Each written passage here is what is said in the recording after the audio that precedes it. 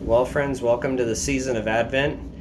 And one of the big things that we're focusing on in the season of Advent is the coming of Christ. And the thing about the coming of Christ is it's really twofold, because we're preparing for his coming in history, and then we're also preparing for his coming in glory. In history, he comes as a tiny baby on Christmas Day. That's what we're preparing for, historically speaking.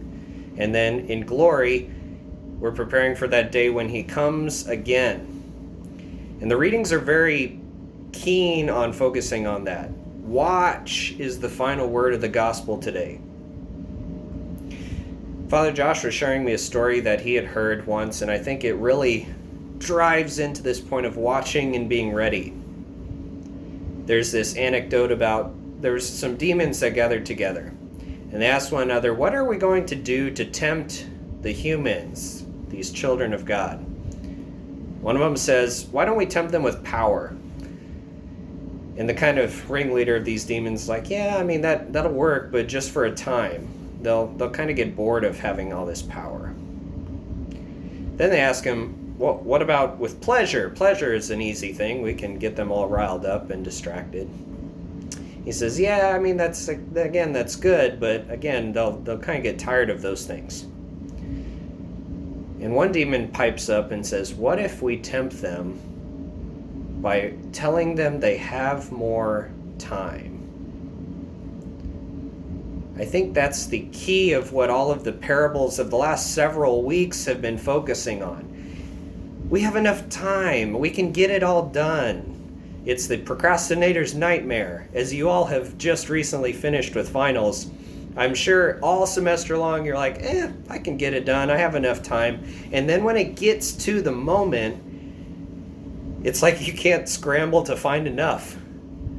It's difficult. I remember being in seminary and suffering similarly. I remember even now as a priest, it's difficult because all of a sudden days and weeks go by and the projects you've set out to do have not been finished.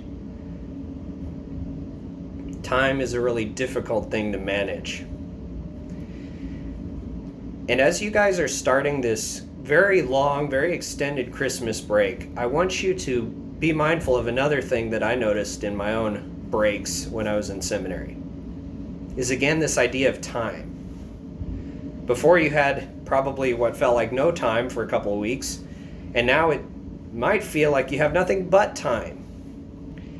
And I think what's dangerous in this period when you have just time is it's so easy to just not pray.